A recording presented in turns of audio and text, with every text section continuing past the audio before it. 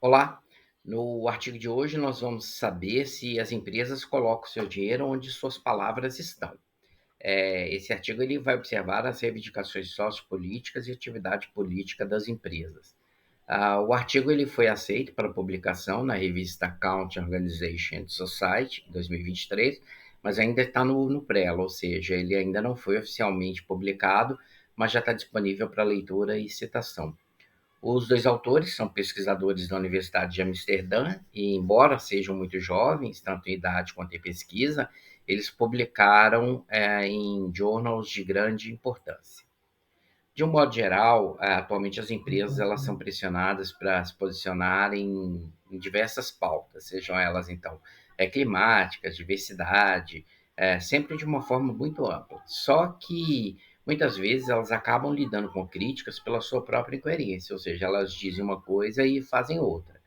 Os exemplos são muitos. Aqui no Brasil, por exemplo, a gente tem o caso da Natura, que em 2020 ela foi duramente criticada porque ela apoia causas ambientais, mas compra de fornecedores que ligam pouco para as questões de meio ambiente. Então, essas empresas têm uma responsabilidade muito grande nesse sentido e a conexão entre ESG, responsabilidade social corporativa e a prática levanta um questionamento. As empresas realmente praticam o que elas pregam? Então, com isso em mente, o objetivo do estudo é entender se o que as empresas dizem em suas declarações públicas realmente reflete as suas práticas. O estudo é motivado em entender como as empresas equilibram essa pressão externa com as suas estratégias, e porque lá nos Estados Unidos é comum que as empresas influenciem abertamente as políticas públicas, injetando dinheiro em campanhas políticas ou projetos de lei, tudo para garantir um ambiente legislativo mais favorável. O primeiro ponto da revisão de literatura é a separação. Esse conceito ocorre quando as empresas declaram ter determinados valores, mas não os cumprem. Os estudos empíricos descobriram que essas declarações podem ser apenas respostas estratégicas às pressões externas. Por exemplo, relatórios ambientais mais otimistas normalmente apresentam desempenho ambiental ruim. O segundo ponto foca no alinhamento.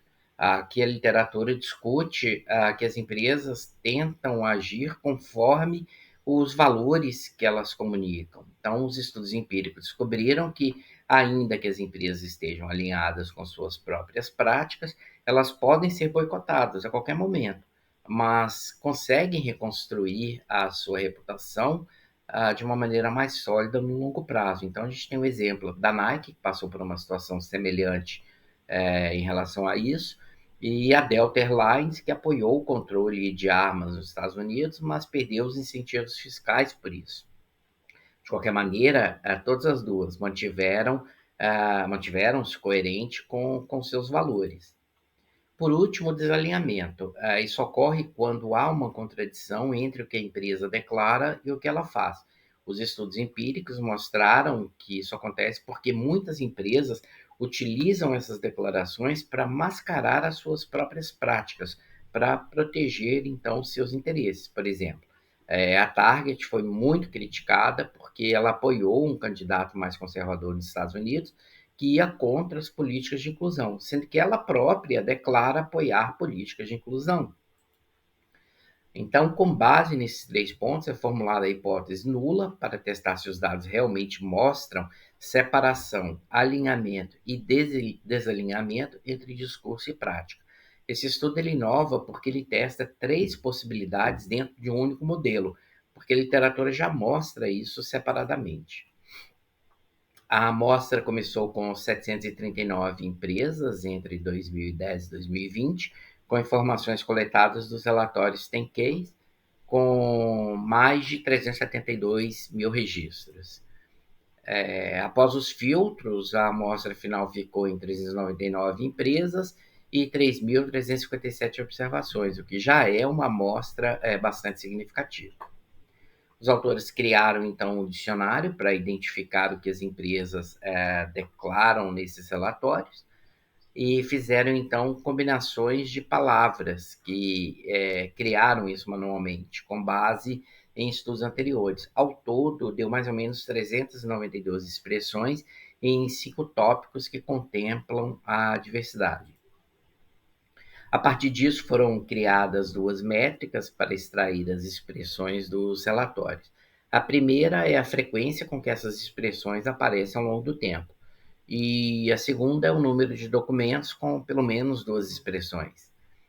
Diante do tamanho da amostra, só com o uso de algoritmos de processamento de linguagem natural e bibliotecas de análise de texto, para com que eles conseguissem, então, extrair esses dados. Mas o segundo autor desse artigo, ele pesquisa sobre novas tecnologias de ciência de dados e, com certeza, isso facilitou, então, a vida deles.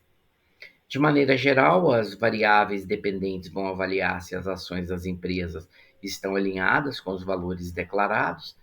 Das três variáveis dependentes, essas duas marcadas são muito importantes, porque elas é que capturam o posicionamento dos políticos com base nos votos que eles deram às pautas de meio ambiente e diversidade. HRC diz em relação a direitos humanos e LCV em defesa do meio ambiente. Essas duas siglas, elas referem a ONGs americanas. As quatro variáveis independentes que não estão visíveis no slide, elas vão capturar o nível de comprometimento público das empresas com esses temas. E as 9 variáveis de controle, que também não estão visíveis no slide, vão ajustar o modelo para outros fatores que podem, então, impactar a análise, como tamanho da empresa, lucratividade, localização, etc. Mas o apêndice A traz a descrição de todas elas. Esses gráficos mostram como os políticos dos dois partidos se alinham com os valores relacionados à diversidade e meio ambiente. As barras azuis são os democratas, que mostram um apoio maior às pautas de diversidade e meio ambiente, e as vermelhas, os republicanos, que demonstram, então, uma menor adesão.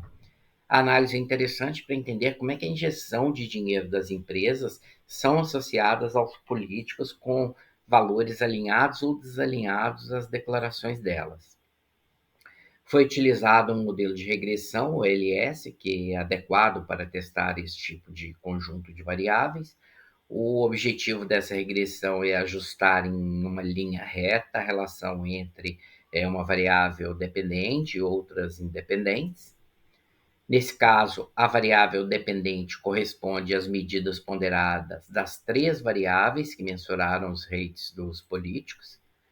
A variável independente no modelo compõe as quatro variáveis que representam as declarações sociopolíticas das empresas.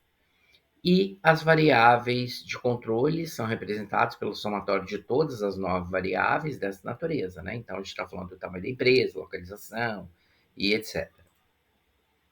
No painel A da tabela 3, as empresas têm se posicionado mais sobre temas ambientais do que sobre diversidade ao longo de mais de uma década, que é o período da amostra, mesmo o volume de relatórios divulgados tendo diminuído.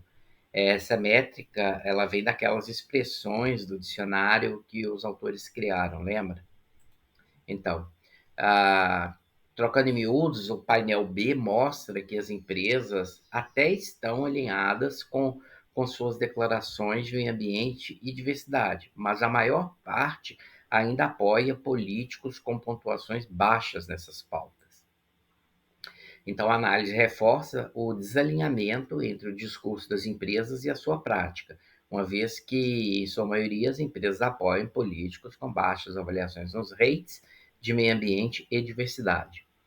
Essa tabela resume as estatísticas das variáveis. No geral, o que reforça o comentado no slide anterior, ou seja, o desalinhamento entre o discurso e a prática das empresas. Os resultados nessa tabela mostram que todas as variáveis relacionadas às declarações das empresas apresentam coeficientes significativos ao nível de 5%. Isso quer dizer que as empresas fazem mais declarações sobre diversidade e meio ambiente, tendem a contribuir mais para os políticos cujos votos estão alinhados com essas pautas. A tabela 6 mostra como as empresas injetam dinheiro entre os políticos. As empresas com mais reivindicações doaram mais para os políticos com classificações mais altas. Porém, elas não reduzem as doações para os políticos com classificações mais baixas. Isso significa que as empresas não deixam de apoiar os políticos, mas está desalinhada com as suas declarações. Então, o alinhamento aqui ele é parcial e a hipótese nula também é rejeitada.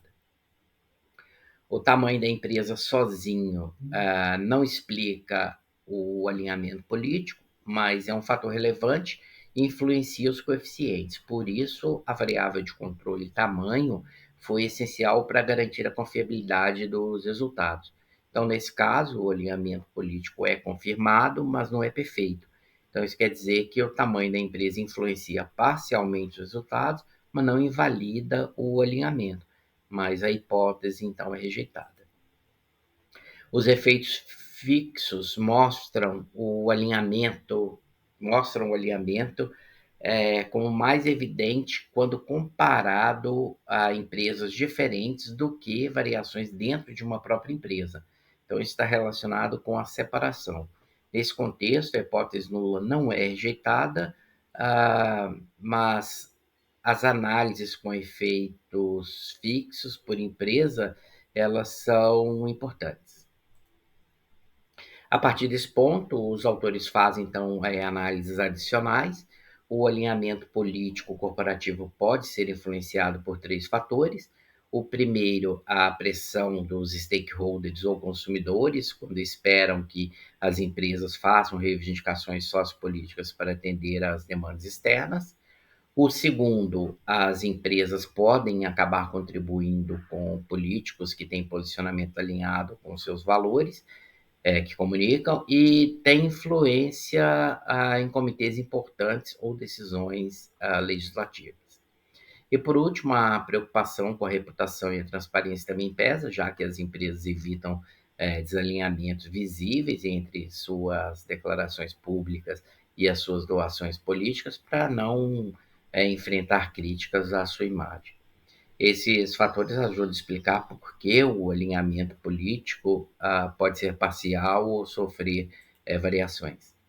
Aqui os autores examinam o que eles chamam de chip talk, em tradução livre é conversa fiada, paralela, falácias, e o painel A traz com que as empresas com controvérsias ambientais ou sociais, elas têm um menor alinhamento político em relação às que não têm controvérsias. Então, isso sugere que as controvérsias minam a coerência entre o discurso e a prática. No painel B, as empresas do setor de consumo tendem a apresentar menor alinhamento. As pressões específicas desse setor parecem dificultar a consistência entre as declarações e as doações. E no painel C, as empresas localizadas em estados esquerdistas apresentam menor alinhamento político. Isso pode ser resultado de pressões comunitárias ou do risco de sanções locais influenciando as estratégias de doações.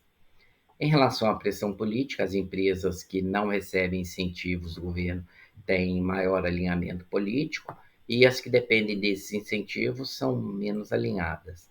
As empresas mostram menor alinhamento ao doar para políticos influentes que presidem comitês importantes. Nesses casos, a estratégia de maximizar benefícios políticos prevalece em relação aos valores comunicados. Políticos mais jovens recebem mais doações alinhadas com as declarações das empresas, enquanto os políticos mais experientes parecem atrair contribuições menos alinhadas. A transparência é um fator importante que pode influenciar o alinhamento entre as empresas, que elas declaram com os valores que elas doam, justamente pelo fato de que as doações são visíveis e monitoráveis. Por outro lado, a falta de transparência pode levar a um desalinhamento, mas os dados são limitados e inconclusivos. Os autores concluem que as empresas comunicam valores sociopolíticos e, na prática, isso não acontece. Então, estamos falando aí de greenwashing ou pinkwashing, que reforça o conceito dessa separação. As empresas fazem mais declarações relacionadas à diversidade e ao meio ambiente e tendem a direcionar mais contribuições para políticos alinhados a essas causas. Mesmo nessas situações, o alinhamento não é total, pois muitas empresas ainda mantêm doações a políticos com valores opostos. E a pesquisa também revelou que, em alguns casos, empresas utilizam suas declarações sociopolíticas para mascarar ações políticas desalinhadas. Isso ocorre quando as empresas enfrentam, então, pressões políticas, econômicas e priorizam seus próprios interesses. No geral, o estudo demonstrou que existe uma relação, ainda que parcial, com nuances importantes. O alinhamento político ocorre em algumas situações, mas há uma clara coexistência com padrões de separação e desalinhamento. Então, com isso, a hipótese nula foi totalmente rejeitada. Então, dito isso, agradeço por ter ficado até o final do vídeo e muito obrigado pelo seu tempo disponível aqui. Até mais.